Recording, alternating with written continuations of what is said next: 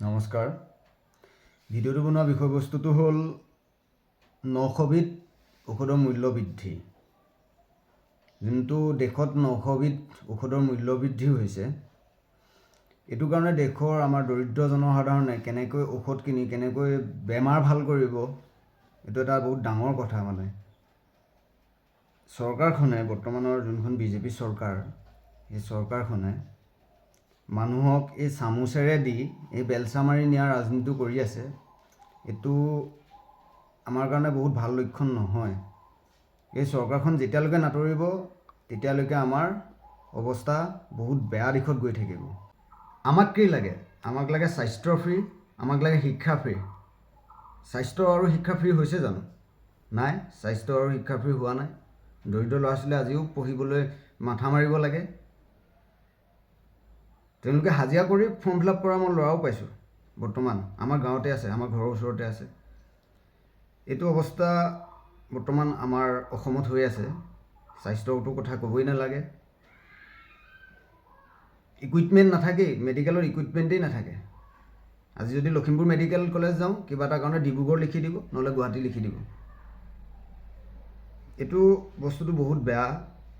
আৰু তেওঁলোকে, এই চৰকাৰখনে এই ৰেচন কাৰ্ডত দালি নিমখ দি পিনি মানুহক এই কলটো যে খায়, কলটো খাই লৈ পিনি তেওঁলোকে বাকলিটো দিব বিচাৰিছে। বাকলিটো দিয়ে আছে অলৰেডি। এইটো আমাৰ কাৰণে বহুত বেয়া লক্ষণ, বহুত বেয়া কথা। চৰকাৰখনক আমি এটাই দাবী জনাইছোঁ, এই ঔষধৰ ক্ষেত্ৰত যাতে এইটো মূল্য বৃদ্ধিটো নকৰে। আমাক ঔষধটো পাৰিলে ফ্ৰী দিয়ক মানুহক। আমাক এই চাউল ফ্ৰী নালাগে।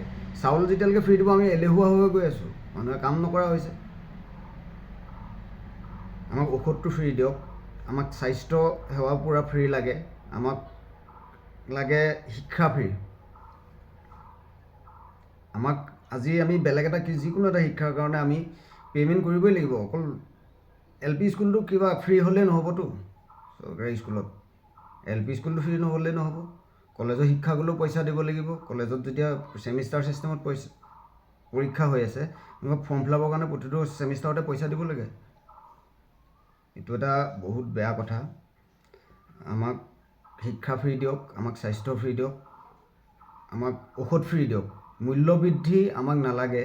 এতিয়া মূল্য বৃদ্ধি মানে প্ৰতিটো বস্তুৰে মূল্য বৃদ্ধি হৈছে। আমি এইখিনি বস্তু বাদেই দিছোঁ। আমি ৰ'দৰ এই মূল্য বৃদ্ধি, এই চিমেণ্টৰ ৰ'দৰ মূল্য বৃদ্ধি, আমাৰ প্ৰতিটো দৈনন্দিন ব্যৱহৃত প্ৰতিটো বস্তুৰে মূল্য বৃদ্ধি হৈছে।